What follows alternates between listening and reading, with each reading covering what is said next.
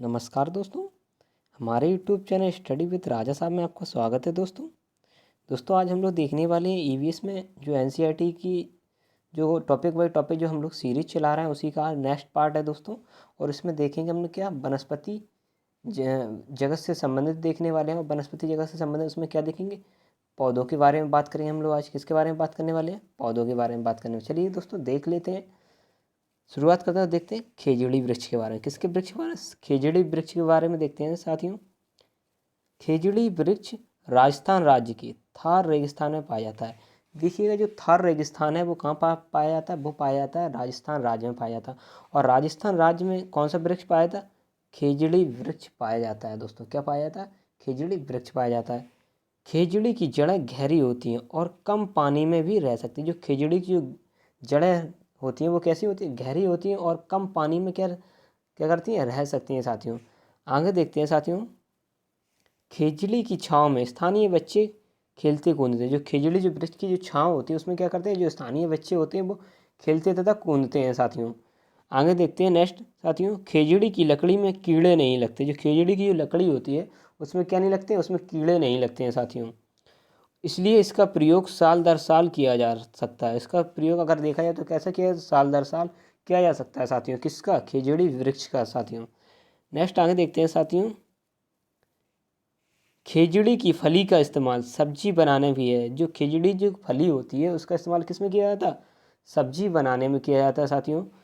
Next है खेजड़ी की छाल का प्रयोग औषधि बनाने में किया है। जो खेजड़ी की जो छाल होती है ना उसमें क्या है, औषधि या दवा बनाने का क्या किया जाता है, काम किया जाता है उसकी छाल से। नेक्स्ट आगे देखते हैं साथियों। खेजड़ी की पत्ती का प्रयोग चारा के लिए किया है। जो खेजड़ी की पत्ती है वो किसके काम आती है, वो चारा के काम में आती है साथियों।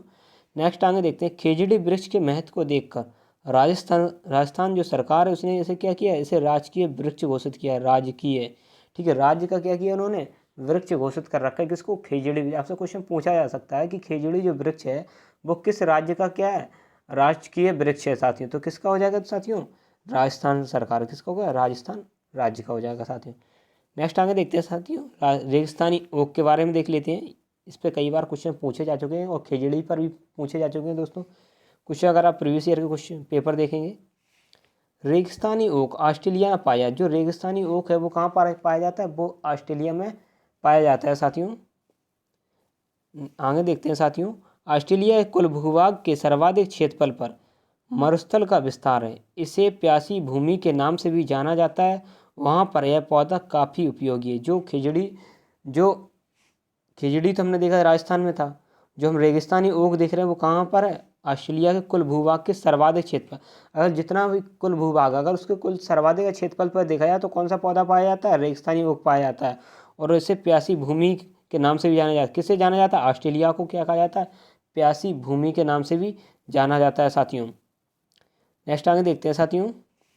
रेगिस्तानी ओक का तना स्कूल की छत के बराबर। जो रेगिस्तानी ओक का जो तना होता है वो स्कूल की छत के बराबर अर्थात 10 से 12 फुट और 4 मीटर का होता है। दोस्तों कितना होता है, 10 से 12 फुट का और कितना होता है, 4 मीटर का होता है। रेगिस्तानी ओक की जड़ें तने से 30 गुना गहरी होती हैं। जो रेगिस्तानी ओक की जो जड़ें होती हैं वो तने से कितनी गहरी होती हैं, 30 गुना गहरी होती हैं साथियों। आगे देखते हैं साथियों। रेगिस्तानी ओक में ओक के तने में जल संग्रहित रहता है। जो रेगिस्तानी ओक होता है उसमें क्या होता है, उसमें जल संग्रहित रहता है। स्थानीय निवासियों के सामने जब जल संकट होता है तो वे एक चाकू एवं पाइप की मदद से तने में संग्रह जल का क्या करते हैं, उपयोग करते हैं। दोस्तों जब स्थानीय जो निवासी होते हैं उनके समय क्या पानी जब संकट गहराया जाता है तो क्या होता है दोस्तों, वो एक चाकू और पाइप की मदद से क्या तने में जो संग्रह जो जल हो जाता है उसका क्या उपयोग करते हैं साथियों। नेक्स्ट आगे देखते हैं साथियों। घटपर्णी पौधा जिसे कीटभक्षी पौधा या शिकारी पौधा कहते हैं, ये पिछली बार ईयर क्वेश्चन पूछा गया था साथियों। घटपर्णी ऑस्ट्रेलिया, इंडोनेशिया एवं भारत के मेघालय राज्य में पाया जाता है। घटपर्णी कहाँ पाया जाता है, ऑस्ट्रेलिया में, इंडोनेशिया में एवं भारत के मेघालय राज्य में पाया जाता है साथियों। आगे देखते हैं साथियों। घटपर्णी को शिकारी पौधा कहा है। जो घटपर्णी उसे क्या कहा जाता है, शिकारी पौधा कहा जाता है, क्योंकि यह चूहा, मेढक एवं अन्य कीड़े मकोड़ों को क्या करता है, शिकार करता है या खाता है साथियों। नेक्स्ट आगे देखते हैं साथियों। इसका आकार लंबे घड़े नुमा आकृति का होता है। इसका जो आकार की अगर बात करें तो कैसा होता है, लंबे घड़े नुमा आकृति का होता है। घड़ी के मुख्य पास जो घड़ी नहीं सर, सॉरी दोस्तों, यहाँ पर घड़ा था, घड़े के मुख्य पास जो घड़े के जो मुख्य पास होता है वहाँ पर क्या होता है, कांटे नुमा, जो कांटे नुमा क्या होती है, आकृति लगी होती है। जैसे एक कोई जीव वहाँ पहुँचता है तो उसका क्या कर लेता है, ये शिकार कर लेता है साथियों। नेक्स्ट आगे देखते हैं। घटपर्णी से एक विशेष प्रकार की गंध निकलती है जिससे आकर्षित होकर विभिन्न प्रकार के जीव खींचे चले आते हैं और इसका क्या शिकार बन जाए। जो घटपर्णी होता है उसमें एक ढक्कन टाइप का होता है, उसमें से क्या निकलती है, खुशबू, एक प्रकार की खुशबू निकलती है। जिस खुशबू को जो कीड़े मकोड़े होते हैं उसमें क्या होता है, उसकी तरह आकर्षित होते हैं। जब जैसे ही इस टाइप का होता है दोस्तों, जब देखेंगे आप इस टाइप का रहता है, ठीक है, इस टाइप का रहता है और इसमें ऐसे ऊपर ढक्कन से लगा रहता है साथियों, ठीक है। इसमें क्या होता है, जैसे कोई कीड़े मकोड़े जो खुशबू से आकर्षित होते हैं तो जैसे इस टाइप जाते हैं तो ये ढक्कन नुमा होता है, ये क्या होता है, बंद हो जाता है, जिससे उन पौधों क्या कीड़े मकोड़ों ये क्या कर लेता है, शिकार कर लेता है साथियों। आगे देखते हैं।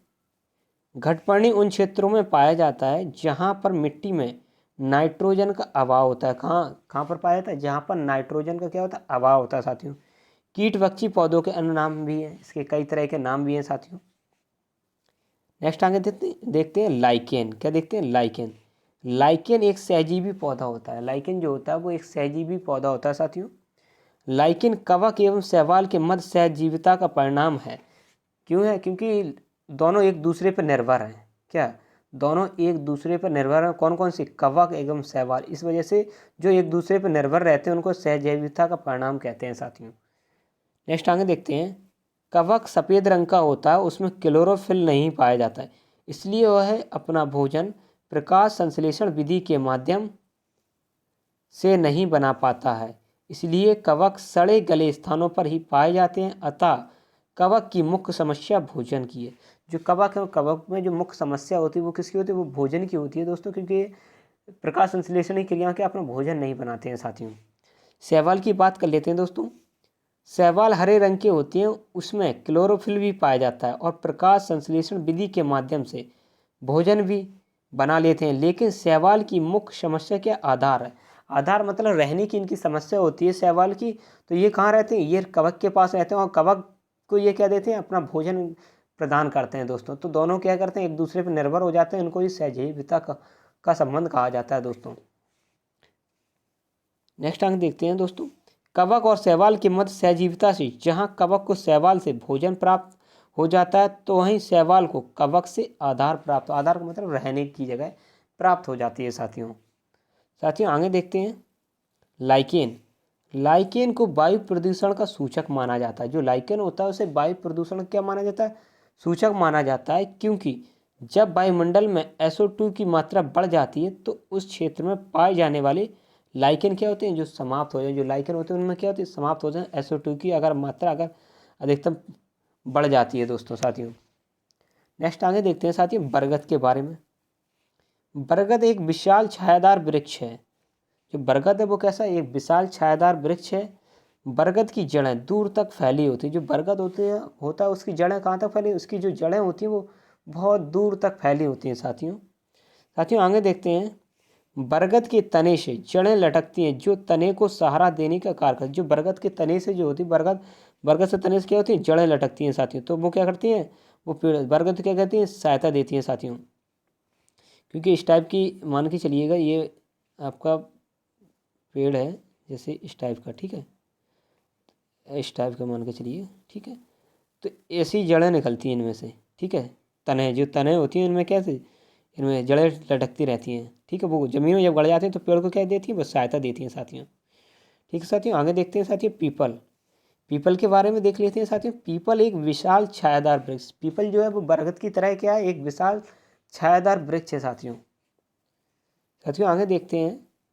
पीपल का तना एवं जड़ें दूर तक फैली होती है। जो पीपल का जो तना होता है एवं जड़ें होती हैं कहाँ तक फैली होती है, दूर तक फैली होती हैं साथियों। पीपल एक ऐसा वृक्ष है जो 24 घंटे ऑक्सीजन देता है। पीपल जो एकमात्र ऐसा वृक्ष है जो क्या है, 24 घंटे क्या देता है, ऑक्सीजन देता है साथियों। आगे देखते हैं साथियों।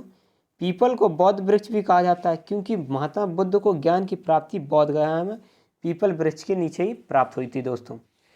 नेक्स्ट आगे देखते हैं जैट्रोफा के बारे में देख लेते हैं। जेट्रोफा मुख्यतः ब्राज़ील का पौधा है। जो जेट्रोफा है वो मुख्यतः कहाँ का पौधा है?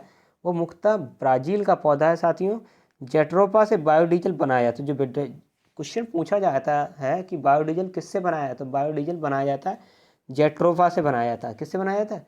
जेट्रोफा से बनाया जाता है। साथियों आगे देखते हैं। जेट्रोफा की खेती उन क्षेत्रों में की जाती है जो शुष्क एवं मरुस्थलीय क्षेत्र हैं। जो जेट्रोफा की जो खेती होती है वो कहाँ पर की जाती है? जहाँ पर शुष्क एवं मरुस्थलीय क्षेत्रफल पाए जाते हैं। नेक्स्ट आगे देखते हैं। यूकेलिप्टस। यूकेलिप्टस मुख्यतः ऑस्ट्रेलिया का वृक्ष है। जो यूकेलिप्टस है वो मुख्यतः कहाँ का वृक्ष है? वो मुख्यतः ऑस्ट्रेलिया का वृक्ष है साथियों। ना आगे देखते हैं।